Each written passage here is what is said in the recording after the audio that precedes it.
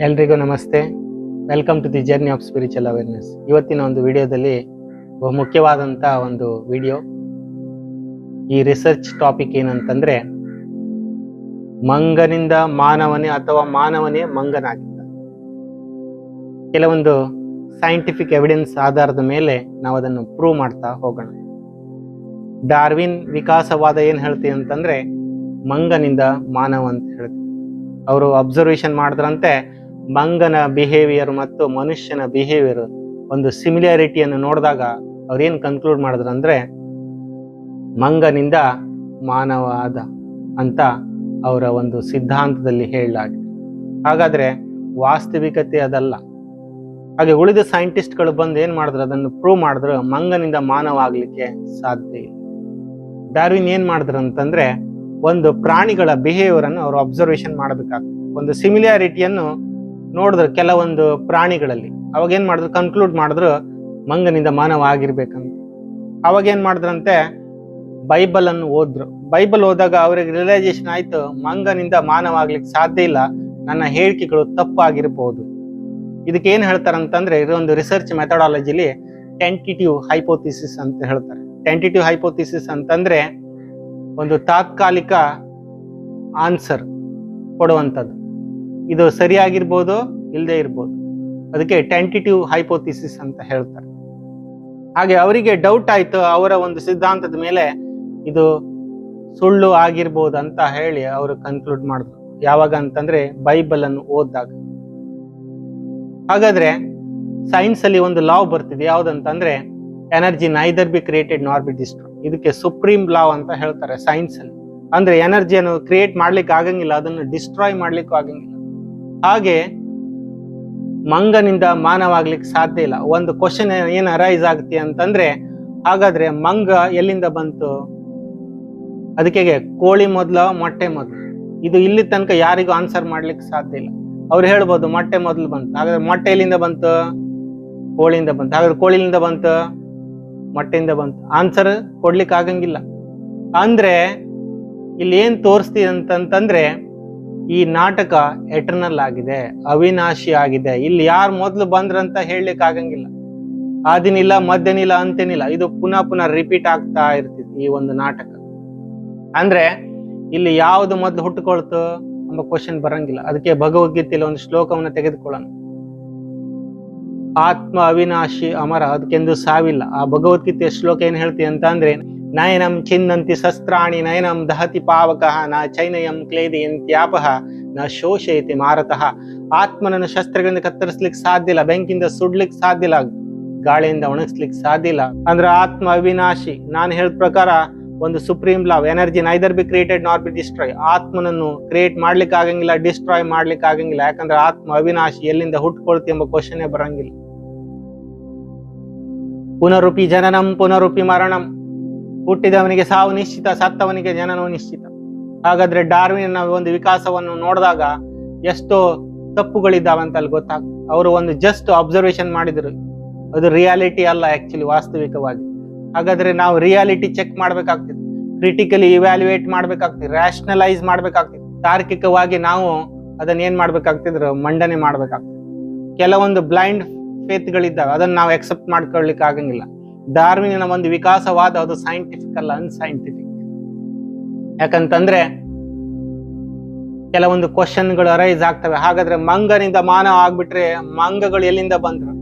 ಅದು ಕ್ವಶನ್ ಬರ್ತದೆ. ಅದಕ್ಕೆ ನಾ ಹೇಳಿದ ಪ್ರಕಾರ ಕೋಳಿ ಮೊದಲು ಮೊಟ್ಟೆ ಮೊದಲು.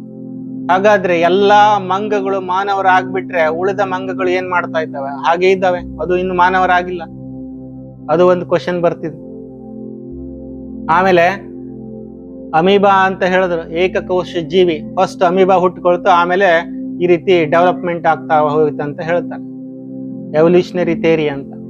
ಫಸ್ಟ್ ಹುಟ್ಕೊಂಡ್ರೆ ಅಮೀಬಾ ಎಲ್ಲಿಂದ ಬಂತು? ಅದು ಹೆಂಗ್ ಹುಟ್ಕೊಳ್ತು? ಕ್ವಶನ್ ಬರ್ತಿತ್ತು. ಯಾಕಂತಂದ್ರೆ ಪ್ರಾಣಿಗಳ ಗುಂಪಿನ ಆತ್ಮಗಳೇ ಬೇರೆ, ಮನುಷ್ಯರ ಗುಂಪುಗಳ ಆತ್ಮಗಳೇ ಬೇರೆ, ಹಾಗೆ ಕ್ರಿಮಿ ಕೀಟಗಳ ಗುಂಪುಗಳ ಆತ್ಮಗಳೇ ಬೇರೆ. ಅಮೀಬಾ ಹುಟ್ಟುಕೊಂಡ್ರೆ ಹಾಗೆ ಅಮೀಬಾ ಎಲ್ಲಿಂದ ಬಂತು? ಅದು ಕ್ವಶನ್ ಬರ್ತದೆ. ಯಾಕಂತಂದ್ರೆ ಇಲ್ಲ, ಆತ್ಮ ಅವಿನಾಶಿ, ಈ ನಾಟಕನ ಅವಿನಾಶಿ, ಅದು ಜನನ ಮರಣದಲ್ಲಿ ಬರ್ಬೇಕಾಗುತ್ತೆ. ಹಾಗಾದ್ರೆ ಹೇಳ್ತಾರೆ, ಸತ್ತೋದರೆಲ್ಲ ಮುಕ್ತಿಗೆ ಹೋಗ್ಬಿಟ್ರು, ಪರಮಾತ್ಮನ ಪಾದವನ್ನು ಸೇರಿದ್ರು ಅಂತ ಹೇಳ್ತಾರೆ. ಮತ್ತೆ ಅವ್ರು ಜನನ ಮರಣದಲ್ಲಿ ಬರಂಗಿಲ್ಲ ಅಂತ ಹೇಳ್ತಾರೆ. ಹಾಗಾದ್ರೆ ಆತ್ಮ ಅವಿನಾಶಿ ಅಂತಂದ್ಮೇಲೆ ಅಲ್ಲಿ ಹೋಗಿ ಪರಮಾತ್ಮ ಲೀನ ಆಗುವಂತ ಪ್ರಶ್ನೆನೇ ಬರಂಗಿಲ್ಲ. ಎಲ್ಲರೂ ಹೋಗಿ ಪರಮಾತ್ಮನ ಲೀನ ಆಗ್ಬಿಟ್ರೆ ಮತ್ತೆ ಪಾಪ್ಯುಲೇಷನ್ ಆಗಿ ಜಾಸ್ತಿ ಆಗ್ತಾ ಇದೆ, ಇನ್ನು ಜಾಸ್ತಿನೇ ಆಗ್ತಾ ಇದೆ. ಯಾಕಂತಂದ್ರೆ ಆತ್ಮ ಅವಿನಾಶಿ, ಅದು ಜನನ ಮರಣದಲ್ಲಿ ಬರ್ಬೇಕಾಗ್ತಿದೆ. ಕೆಲವ್ರು ಹೇಳ್ತಾರೆ ಸತ್ತವರೆಲ್ಲ ಸ್ವರ್ಗಕ್ಕೆ ಹೋಗ್ಬಿಟ್ರು ಅಂದ್ರೆ ಎಲ್ಲರೂ ಸ್ವರ್ಗಕ್ಕೆ ಹೋಗ್ಬಿಟ್ರೆ ಮತ್ತೆ ಪಾಪ್ಯುಲೇಷನ್ ಆಗಿ ಜಾಸ್ತಿ ಆಗ್ತಾ ಇದೆ. ಇದು ಕ್ವಶನ್ ಬರ್ತಿದೆ. ಎಂದಿಗೂ ಆತ್ಮನನ್ನು ಸಾಯಿಸ್ಲಿಕ್ಕೆ ಸಾಧ್ಯ ಇಲ್ಲ, ಅದು ಜನನ ಮರಣದಲ್ಲಿ ಬರ್ಬೇಕಾಗ್ತಿದೆ. ಪರಮಾತ್ಮನಲ್ಲಿ ಹೋಗಿ ಲೀನ ಆಗಂಗಿಲ್ಲ, ಮತ್ತೆ ಪುನರ್ಜನ್ಮದಲ್ಲಿ ಬರ್ಬೇಕಾಗ್ತದೆ. ಯಾಕಂತಂದ್ರೆ ಆತ್ಮ ಅವಿನಾಶಿ. ಅವಿನಾಶಿ ಅಂತಂದ್ರೆ ಅರ್ಥ ಏನು? ಅದನ್ನು ಸಾಯಿಸ್ಲಿಕ್ಕೆ ಸಾಧ್ಯ ಇಲ್ಲ, ಅಷ್ಟೇ ತಿಳ್ಕೊಳ್ಬೇಕು ನಾವು. ಈ ನಾಟಕ ಒಂದು ಅವಿನಾಶಿ ಆಗಿದೆ, ಆತ್ಮ ಪುನರ್ಜನ್ಮದಲ್ಲಿ ಬರ್ತಾ ಹೋಗ್ತದೆ. ಹಾಗೆ ಮತ್ತೆ ಕ್ವಶನ್ ಏನಂತಂದ್ರೆ ಇಲ್ಲಿ ಯಾವುದು ಫಸ್ಟ್ ಹುಟ್ಟುಕೊಳ್ತಿದೆ ಆ ಕ್ವಶನ್ ರಾಂಗ್ ಆಗಿದೆ. ಯಾಕಂತಂದ್ರೆ ನೀವು ಗಡಿಯಾರದ ಮುಳ್ಳನ್ನು ನೋಡಿದಾಗ ಏನಾಗುತ್ತೆ ಅಂತಂದ್ರೆ ಅದು ರೌಂಡ್ ಅಲ್ಲಿ ತೋರಿಸಿರ್ತಾರೆ. ಅಂದ್ರೆ 1 hour 2 hours 3 hours 4 hours 5 hours ಮತ್ತೆ 12 hours ಆದ್ಮೇಲೆ ಮತ್ತೆ 24 hours ಕಂಟಿನ್ಯೂ ಆಗ್ತಿದೆ, ರಿಪೀಟ್ ಆಗ್ತಾ ಇರ್ತಿದೆ. ಸೆಕೆಂಡ್, ಮಿನಿಟ್, ಗಂಟೆ, ಆಮೇಲೆ 1 day 2 days 3 days, Monday Wednesday Friday, ಈ ರೀತಿ ಬರ್ತಾ ಇರ್ತದೆ. ಯಾಕಂತಂದ್ರೆ ಈ ನಾಟಕ ಪುನಃ ಏನಾಗ್ತಿದೆ, ರಿಪೀಟ್ ಆಗ್ತಾ ಇರ್ತಿದೆ. ರಿಪೀಟ್ ಆಗಿದೆ ಅರ್ಥ ಏನಂತಂದ್ರೆ ಈ ನಾಟಕ ಅವಿನಾಶಿ ಆಗಿದೆ, ಆತ್ಮನ ಅವಿನಾಶಿ ಆಗ್ಬೇಕಾಯ್ತು, ಪುನಃ ಜನನ ಮರಣದಲ್ಲಿ ಬರ್ಬೇಕಾಗುತ್ತೆ. ಹಾಗೆ ಮಂಗನಿಂದ ಅಂತೂ ಮಾನವ ಆಗ್ಲಿಕ್ಕೆ ಸಾಧ್ಯ ಇಲ್ಲ. ಈ ಥಿಯರಿನೇ ರಾಂಗ್ ಆಗಿದೆ. ಇದು ಒಂದು ಟೆಂಟೇಟಿವ್ ಹೈಪೋಥಿಸಿಸ್ ಅಂತ ಹೇಳ್ತಾರೆ, ಒಂದು ತಾತ್ಕಾಲಿಕ ಆನ್ಸರ್, ಅದು ರಿಯಾಲಿಟಿ ಅಲ್ಲ. ಕೆಲವರು ಏನ್ ಹೇಳ್ತಾರಂತಂದ್ರೆ ಮನುಷ್ಯ ಜನ್ಮಕ್ಕೆ ಬರ್ಬೇಕಂದ್ರೆ ಅವನು 84 ಲಕ್ಷ ಯೋನಿಗಳನ್ನು, ಕ್ರಿಮಿ ಕೀಟಗಳನ್ನು ಪಾಸ್ ಮಾಡ್ಕೊಂಡು ಬಂದಿರ್ಬೇಕಂತ ಹೇಳ್ತಾರೆ. ಇದು ರಿಯಾಲಿಟಿ ಅಲ್ಲ, ಜಸ್ಟ್ ಒಂದು ಇಮ್ಯಾಜಿನೇಷನ್. ಇದು ಒಂದು ಭಾವನಾತ್ಮಕ ಹೇಳಿಕೆ ಆಗಿದೆ, ಅದು ರಿಯಾಲಿಟಿ ಇಲ್ಲ. ಯಾಕಂತಂದ್ರೆ ಒಂದು ಥಿಯರಿಯನ್ನು ಪ್ರೂವ್ ಮಾಡ್ಬೇಕಂದ್ರೆ ಅದನ್ನು ರ್ಯಾಷನಲೈಸ್ ಮಾಡ್ಬೇಕಾಗ್ತದೆ, ತಾರ್ಕಿಕವಾಗಿ ಅದನ್ನು ವಾದ ವಿವಾದಗಳನ್ನು ಮಾಡಿ ಎಕ್ಸ್ಪೆರಿಮೆಂಟ್ ಮಾಡ್ಬೇಕಾಗ್ತದೆ. ಎಕ್ಸ್ಪೆರಿಮೆಂಟಿನ ಆಧಾರದ ಮೇಲೆ ನಾವು ಕನ್ಕ್ಲೂಡ್ ಮಾಡ್ಬೇಕಾಗ್ತದೆ. ಭಾವನಾತ್ಮಕವಾಗಿ ಹೇಳಿಕೆ ಕೊಟ್ಟಾಗ ಏನಾಗ್ತದೆ ಅಂತಂದ್ರೆ ಅಲ್ಲಿ ರಿಯಾಲಿಟಿ ಇರಂಗಿಲ್ಲ. ಅದು ವೆರಿ ಇಂಪಾರ್ಟೆಂಟ್. ಹಾಗೆ ಉಳಿದ ಸೈಂಟಿಸ್ಟ್ಗಳು ಏನ್ ಹೇಳಿದ್ರು ಅಂತಂದ್ರೆ ಇದರಲ್ಲಿ ರಿಯಾಲಿಟಿ ಇಲ್ಲ, ಜಸ್ಟ್ ಒನ್ ಟೆಂಟೇಟಿವ್ ಹೈಪೋಥಿಸಿಸ್. ಸ್ವತಃ ಡಾರ್ವಿನ್ ಹೇಳಿದ್ದಾರೆ ಈ ಒಂದು ಥಿಯರಿ ಸುಳ್ಳಾಗಿರ್ಬೋದು. ಯಾಕಂತಂದ್ರೆ ಅವರು ಬೈಬಲ್ ಓದಾಗ ಅವರಿಗೆ ಡೌಟ್ ಬಂದಂತೆ, ನಾನು ಹೇಳಿದ್ದು ಸತ್ಯ ಇದೆಯೋ ಸುಳ್ಳಿದೆಯೋ ಅಂತ. ಅವ್ರು ಕನ್ಕ್ಲೂಡ್ ಮಾಡಿದ್ರಂತೆ ಇದು ಸುಳ್ಳಾಗಿರ್ಬೋದು ಅಂತ. ಆತ್ಮ ಅವಿನಾಶಿ, ಅದು ಬೇರೆ ಬೇರೆ ಗುಂಪಿಗೆ ಹೋಗಿ ಜನ್ಮವನ್ನು ಪಡ್ಕೊಳ್ಳಂಗಿಲ್ಲ. ಮನುಷ್ಯನಾಗೆ ಜನ್ಮ ಪಡ್ಕೊಳ್ತಾನೆ, ಯಾವುದೇ ಪ್ರಾಣಿಯಾಗಿ ಜನ್ಮ ಪಡ್ಕೊಳ್ಳಂಗಿಲ್ಲ. ವಾಸ್ತವಿಕತೆಯನ್ನು ನೋಡಿದಾಗ ಮನುಷ್ಯರು ಪ್ರಾಣಿಗಳ ತರ ಬಿಹೇವ್ ಮಾಡ್ತಾ ಇದ್ದಾರೆ. ಅಂದ್ರೆ ಅರ್ಥ ಈ ರೀತಿ ಅಲ್ಲ, ಮನುಷ್ಯನ್ ಹೋಗಿ ಆ ಪ್ರಾಣಿಗಳ ಗುಂಪಿನಲ್ಲಿ ಜನ್ಮ ಪಡ್ಕೊಳ್ತಾನಂತ. ಯಾಕಂತಂದ್ರೆ ಪ್ರಾಣಿ ಜನ್ಮಕ್ಕಿರುವಂತ ಸಂಸ್ಕಾರ ಮನುಷ್ಯ ಜನ್ಮಕ್ಕಿಲ್ಲ, ಮನುಷ್ಯ ಜನ್ಮಕ್ಕಿರುವಂತ ಸಂಸ್ಕಾರಗಳು ಪ್ರಾಣಿ ಜನ್ಮಕ್ಕಿಲ್ಲ. ಬಿತ್ತಿದ್ದನ್ನು ಬೆಳೆದುಕೋ, ನೀವೇನು ಬಿತ್ತರ ಅದೇ ಬೆಳೆದುಕೊಳ್ತೀವಿ.